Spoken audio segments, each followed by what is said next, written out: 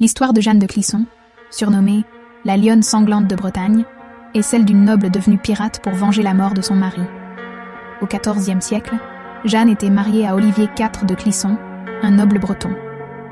Lors de la guerre de succession de Bretagne, Olivier fut accusé de trahison par le roi de France, Philippe VI. En 1343, il fut capturé, jugé sommairement, puis exécuté à Paris. Sa tête fut exposée sur une pique à Nantes, un choc terrible pour Jeanne et ses enfants.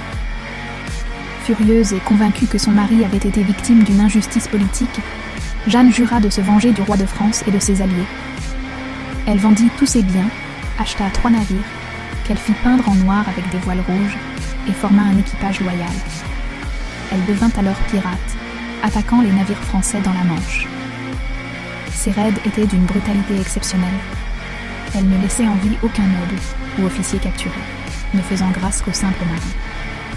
Pendant 13 ans, elle sema la terreur sur les routes maritimes françaises, devenant une figure redoutée et légendaire.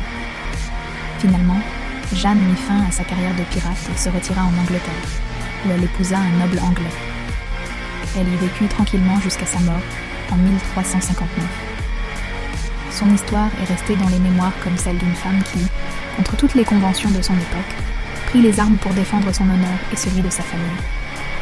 Abonne-toi pour la prochaine vidéo.